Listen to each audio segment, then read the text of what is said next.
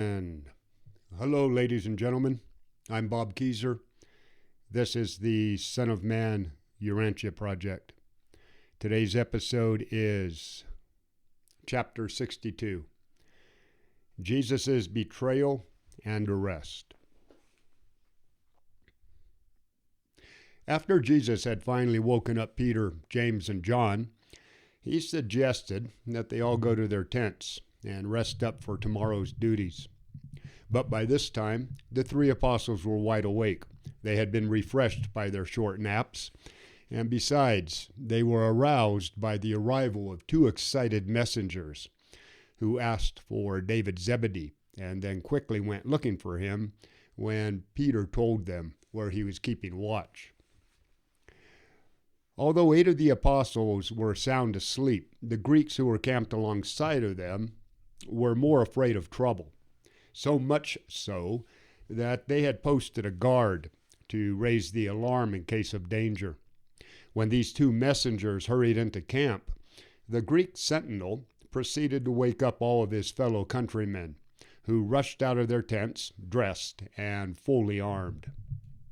All of the camp was now up, except for the 8 apostles. Peter wanted to call his friends, but Jesus expressly forbid him from doing so. Jesus mildly scolded all of them, telling them to return to their tents, but they were not very willing to do so. Failing to scatter his followers, Jesus left them and walked down toward the olive press near the entrance to the Gethsemane Park. Although the 3 apostles, the Greeks, and other members of the camp hesitated to follow him, John Mark hurried around through the olive trees and hid in a small shed near the olive press. Jesus left the camp and his friends so that those soldiers coming to arrest him, when they got there, could do so without disturbing his apostles. Jesus was afraid to have his apostles awake and present when he was arrested, in case the spectacle of Judas betraying him should get them so mad that they would fight with the soldiers and be taken into custody with him. He was afraid that, if they were arrested with him, that they might also die with him. Although Jesus knew that the plan to kill him had its origin with the Jewish rulers, he was also aware that all such nefarious schemes had the full approval of Satan, Lucifer, and Caligastia. And he well knew that these rebels of the realms would also be pleased to see all of the apostles destroyed along with him. Jesus sat down alone on the olive press and waited for the betrayer to come. And at this time, he was only seen by John Mark and a vast host of celestial watchers. The Father's will.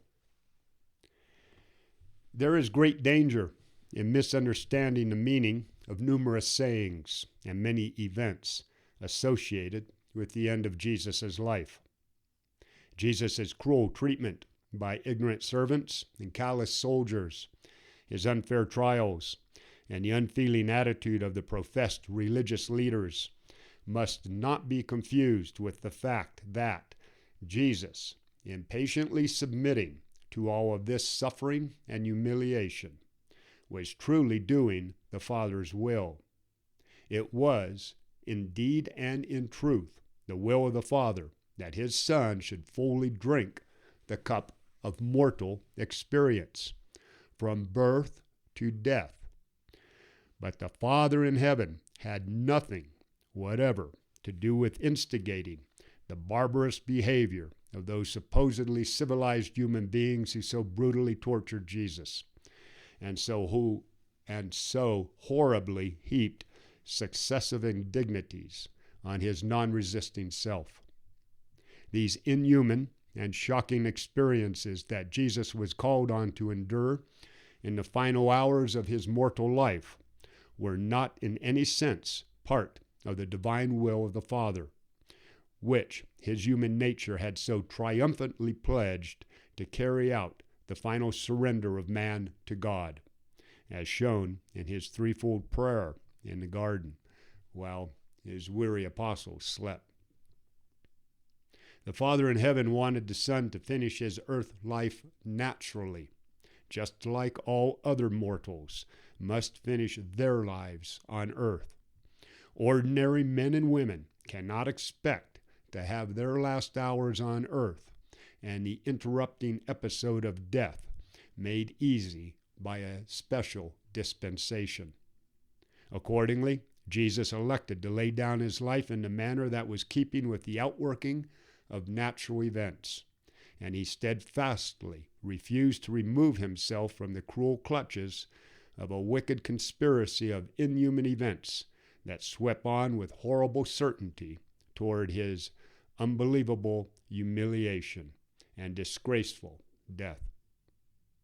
And every bit of this astounding hatred and this unprecedented cruelty was the work of evil and wicked men. God in heaven did not will it, neither did the arch enemies of Jesus dictate it, though they did much to ensure that evil, unthinking people would reject the gifted Son. Even the father of sin turned his face away from the excruciating horror of the crucifixion. Judas in the city. After Judas abruptly left the table while they were eating the Last Supper, he went directly to his cousin's house, and then both of them went straight to the captain of the temple guards. Judas asked the captain to assemble the guards, and told them that he was ready to lead them to Jesus.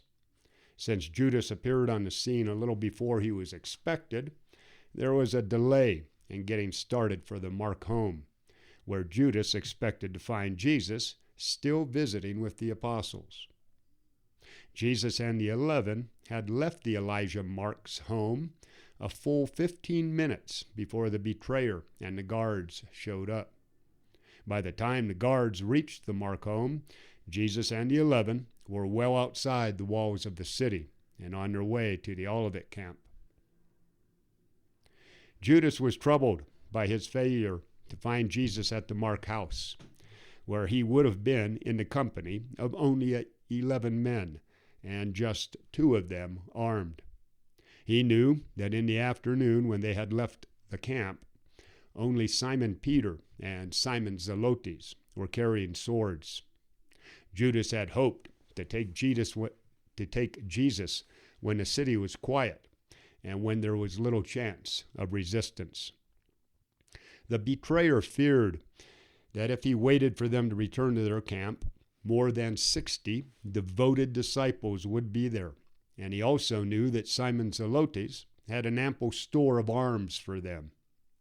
Judas was becoming increasingly nervous as he thought about how the 11 loyal apostles would detest him, and he was afraid they would all want to destroy him.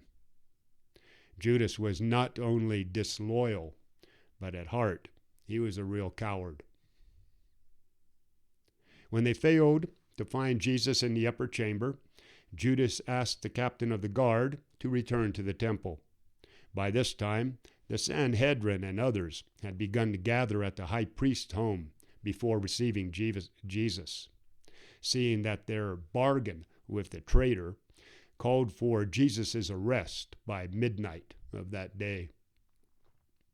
Judas explained to his associates that they had missed Jesus at the Mark home and that they had to go to Gethsemane to arrest him. The traitor then said that more than 60 devoted followers were camped there with him, and that they were all well armed. The Jewish high priests reminded Judas that Jesus had always preached non-resistance. But Judas replied that they could not depend on all of Jesus' followers obeying his orders. He was really afraid for himself, and because of that, he mustered up the courage to ask for a company of 40 armed soldiers. Since the Jewish authorities had no such force of armed men under their command, they went at once to the Antonia fortress and asked the Roman commander to give them this guard. But when he learned that they intended to arrest Jesus, he promptly refused their request, and he referred them to his superior officer. In this way, more than an hour was used up going from one authority to another, until finally they had to go to Pilate himself in order to obtain permission to use the armed Roman guards. It was late when they arrived at Pilate's house, and he had retired to his private chambers with his wife. Pilate hesitated to have anything to do with this scheme, all the more so since his wife had asked him not to grant the request. But since the head officer of the Jewish Sanhedrin was there, and making a personal request for his assistance, the governor thought it wise to grant it, thinking that he could later right any wrong that they might end up doing. So, when Judas Iscariot started out from the temple, about 11:30 that night, he had more than 60 people with him, temple guards, Roman soldiers, and curious servants of the Sanhedrin. The master's arrest. As this company of guards and armed soldiers, well lit by those carrying the torches and lanterns, arrived at the garden, Judas stepped up to the front of the group so that he could quickly identify Jesus. In this way, the hope was that they could easily arrest Jesus before anyone came to his defense. But there was also another reason. Judas wanted to get to the camp in front of all the others. He wanted to arrive on the scene ahead of the soldiers so that the apostles and the others gathered around Jesus might not directly connect him with the armed guards that closely followed behind him. Judas had even thought about acting like he had rushed out of the camp to warn them about the people coming to arrest Jesus. But this part of the plan was frustrated by the way Jesus greeted the betrayer. Although he spoke to Judas kindly, he greeted him as a traitor. As soon as Peter, James, John, and about 30 of the others camped in the park saw the band of armed men with torches make the corner around the brow of the hill, they knew that these soldiers were coming to arrest Jesus, and they all rushed down to near the olive press where he was sitting alone in the moonlight. As the company of soldiers approached on the one side, the 3 apostles and their friends came up on the other.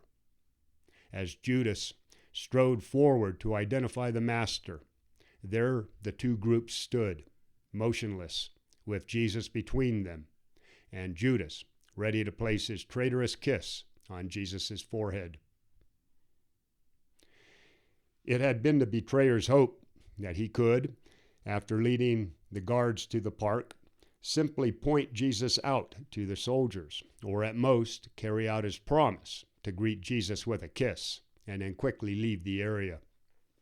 Judas greatly feared that the apostles would all be there, and that they would focus their anger on him for daring to betray their beloved teacher. But when Jesus greeted Judas as a betrayer, he was so confused that he did not try to run away. Jesus made one last effort to save Judas from actually betraying him. Before Judas made his way over to him, Jesus stepped to one side, and speaking to the first soldier on the left, who was the captain of the Romans, he said, "Whom do you seek?" The captain answered, "Jesus of Nazareth." Then Jesus immediately stepped up in front of the officer, and standing there in the calm majesty of the God of all of this creation, he said, "I am he." Many of the men in this armed band had heard Jesus teach in the temple, and others had learned about his mighty works. When they heard Jesus boldly announce his identity, those in the front ranks suddenly stepped back. They were surprised at Jesus' calm and majestic announcement of his identity. So, there was no need for Judas to go through with his plan to betray Jesus. The Master had revealed himself to his enemies, and they could have taken him right then and there without Judas's help. But the traitor had to do something to account for being with the armed group, and besides, he wanted to make a show of doing his part in betraying Jesus, so he could claim the great honors and rewards that he believed the Sanhedrin was going to heap on him for doing so. As the guards regained their composure after first seeing Jesus and hearing the sound of his unusual voice, and as the apostles and disciples drew nearer, Judas stepped up to Jesus and, placing a kiss on his forehead, said, "Hail, Master and Teacher." And as Judas hugged his master, Jesus said, "Friend, is it not enough to do this? Would you even betray the Son of Man with a kiss?" The apostles and disciples were literally stunned by what they saw. For a moment, no one moved. Then Jesus, breaking himself away from the traitor's hug, stepped up to the guards and soldiers and again asked them, "Whom do you seek?" And the captain said, "Jesus of Nazareth." And again Jesus answered, "I have told you that I am he. If, then, you are looking for me, let these others go their way. I am ready to go with you." Jesus was ready to go back to Jerusalem with the soldiers, and the captain of the guard was altogether willing to allow the 3 apostles and the others to go away in peace. But before they started to leave, as Jesus stood there waiting the captain's orders, a Syrian bodyguard of the high priest named Malchus stepped up behind Jesus and started to bind his hands behind his back, even though the Roman captain had not told him to do this. When Peter and the others saw their master being subjected to this indignity, they were no longer able to hold themselves back. Peter drew his sword and with the others rushed forward to kill Malchus. But before the soldiers could defend the high priest's servant, Jesus raised a forbidding hand to Peter and, speaking sternly, said, "Peter, put away your sword. They who take the sword will die by the sword. Do you not understand that it is the Father's will that I drink this cup? And do you not further know that I could even now command more than 12 legions of angels and their support, who would save me from the hands of these few men?" While Jesus effectively put a stop to his followers' physical resistance, the captain of the guard was now worried enough that he, with the help of his soldiers, roughly grabbed Jesus and quickly tied him up.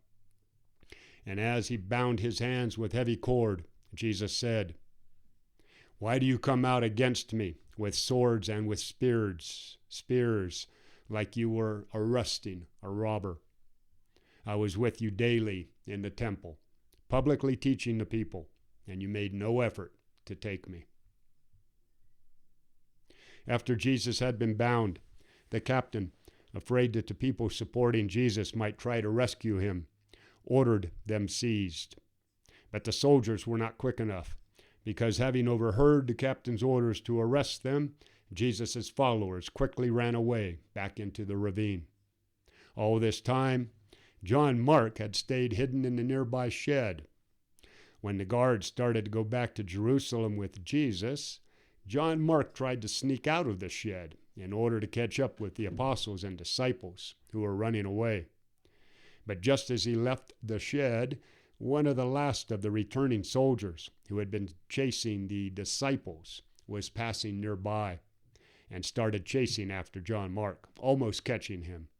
In fact, the soldier got near enough to grab a hold of John's coat, but the young man slipped out of it and ran off naked, leaving the soldier holding the empty coat. John Mark ran as fast as he could to where David Zebedee was at on the upper trail. After he told David what had happened, they both ran back to their tents where the apostles were sleeping, woke up all 8 of them, and told them about Jesus' betrayal and arrest. At about the same time as when the 8 apostles were being woken up, the people who had run away up the ravine were now returning, and they all gathered around the olive press to talk about what they should do. In the meantime, Simon Peter and John Zebedee, who had hid out in the olive trees, had already followed after the mob of guards, soldiers, and servants who were now leading Jesus back to Jerusalem, just like they would have led a desperate criminal. John followed close behind the mob, but Peter followed from a ways off. After John Mark's escape from the clutch of the soldier, he went and found himself another coat in Simon Peter and John Zebedee's tent. He guessed that the guards were going to take Jesus to Annas' home, the ex-high priest. So he took a shortcut running through the olive orchard and got there ahead of the mob. He hid near the entrance to the gate of the high priest's palace. Discussion at the olive press. James Zebedee had gotten separated from Simon Peter and his brother, John, so he joined the other apostles and their fellow campers at the olive press discussing what should be done in view of the master's arrest. Andrew had been released from all responsibility as the apostles' leaders. So, in this greatest crisis of their lives, he was silent. After they had all been talking for a bit, Simon Zelotes stood up on the stone wall around the olive press and made an impassioned plea for loyalty to the Master and the cause of the kingdom, and urged his fellow apostles and the other disciples to quickly go after the mob and rescue him. The majority of the group would have followed this aggressive leadership if it had not been for Nathanael's advice, who, standing up the moment Simon had finished speaking, called their attention to Jesus' often repeated teachings regarding non-resistance. He went on to remind them that Jesus had, that very night, told them that they should save their lives for the time when they can go out into the world announcing the good news of the gospel of the heavenly kingdom. And Nathanael was supported by James Zebedee, who now told everyone how Peter and some of the others had drawn their swords to defend Jesus, but that he had ordered Simon Peter and the others to put away their blades. Philip and Matthew also made speeches, but nothing definite came out of any of this until Thomas, calling their attention to the fact that Jesus had advised Lazarus against letting himself get killed, pointed out that they could do nothing to save their master because he refused to allow his friends to defend him, and he persisted in not using his own divine powers to frustrate his human enemies. Thomas persuaded them to scatter, every man for himself, with the understanding that David Zebedee would stay at the camp to keep a headquarters for the group. By 2:30 that morning, the camp was deserted. Only David remained, with 3 or 4 messengers, the others having been sent out to find where Jesus had been taken and what was going to be done with him. 5 of the apostles, Philip, Matthew, Nathanael, and the twins, went into hiding at Bethany and Bethpage. Thomas, Andrew, James, and Simon Zelotes were hiding in the city. Simon Peter and John Zebedee followed those who had arrested Jesus to Annas' house. Shortly after dawn, Simon Peter wandered back to the camp, a dejected picture of deep despair. David had a messenger take him to join his brother, Andrew, who was at Nicodemus' house in Jerusalem. Until the very end of the crucifixion, John Zebedee remained, as Jesus had told him to, always near at hand, and it was he who gave David's messengers information from hour to hour that they carried to David at the garden camp, and which was then relayed to Jesus' family and the apostles that were hiding out. Surely the shepherd had been smitten, and the sheep were scattered. While they all vaguely realized that Jesus had forewarned them of this situation, they were too shocked by the Master's sudden disappearance that they were not thinking correctly. It was a little after daybreak, and just after Peter had been sent to join his brother, that Jude, Jesus' brother in the flesh, arrived into camp, almost breathless ahead of the rest of Jesus' family, only to learn that Jesus had already been placed under arrest. So Jude ran back down the Jericho road to tell his mother and the rest of the family. David Zebedee sent word to Jesus' family via Jude to gather at Mary and Martha's house in Bethany and to wait there for news that his messengers would regularly bring to them. That was the situation with the apostles, disciples, and Jesus' family the last half of Thursday night and the early morning hours of Friday. Everyone kept in touch with each other through David Zebedee's messengers as he continued to direct them from the headquarters at the garden camp. On the way to the high priest's palace, before the captain of the guard started out from the garden with Jesus in tow, he had an argument with the Jewish captain of the temple guards as to where they should take Jesus. The Jewish captain had given orders that he should be taken to Caiaphas, the acting high priest. But the Roman captain ordered that Jesus should be taken to Annas' palace, the former high priest and Caiaphas' father-in-law. And he did this because the Romans were in the habit of dealing directly with Annas in all matters that had to do with enforcing Jewish religious law. It was the Roman captain who was obeyed. They took Jesus to Annas' house for his preliminary examination. Judas marched along near the captains, overhearing everything that was said, but he took no part in the argument.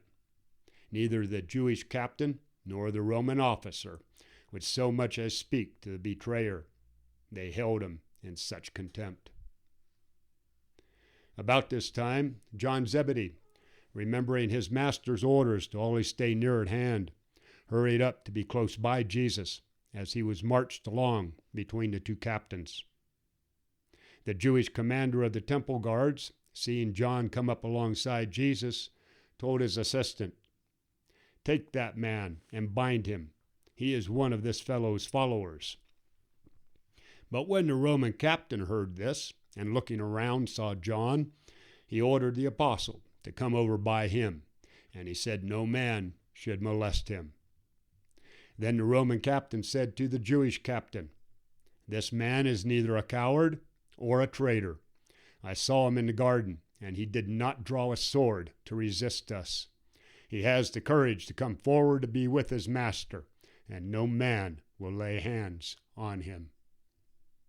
The Roman law allows that any prisoner can have at least one friend to stand with him before the judgment bar, and this man will not be prevented from standing by the side of his master, the prisoner. And when Judas heard this, he was so ashamed and humiliated that he dropped back behind the marchers and came up to Annas' palace alone. And this explains why John Zebedee was allowed to remain near Jesus all the way through his trying experiences this night and the next day. The Jews feared to say anything to John or to molest him in any way because he had something of the status of a Roman counselor designated to watch the proceedings of the Jewish religious court.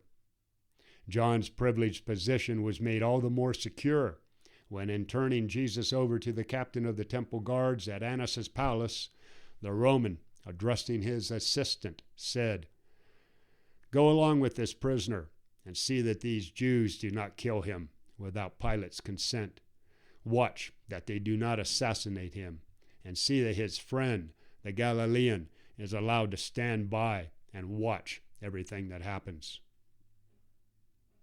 And in this way, John was able to be near Jesus right on up to the time of his death on the cross, although the other 10 apostles were forced to remain in hiding.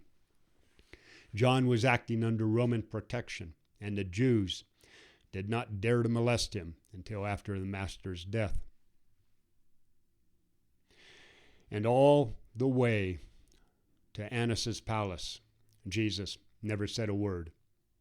From the time he was arrested to the time he appeared before Annas, the Son of Man never spoke. All right, everyone, that's it for chapter 62. Jesus' betrayal and arrest. Coming up next is chapter 63, before the Sanhedrin court. Defend your liberty. Protect your kids and everybody else's. Find some way to serve somebody. Do something good for somebody just for the hell of it. Serving man for the sake of God. Bobby Keyser, out here.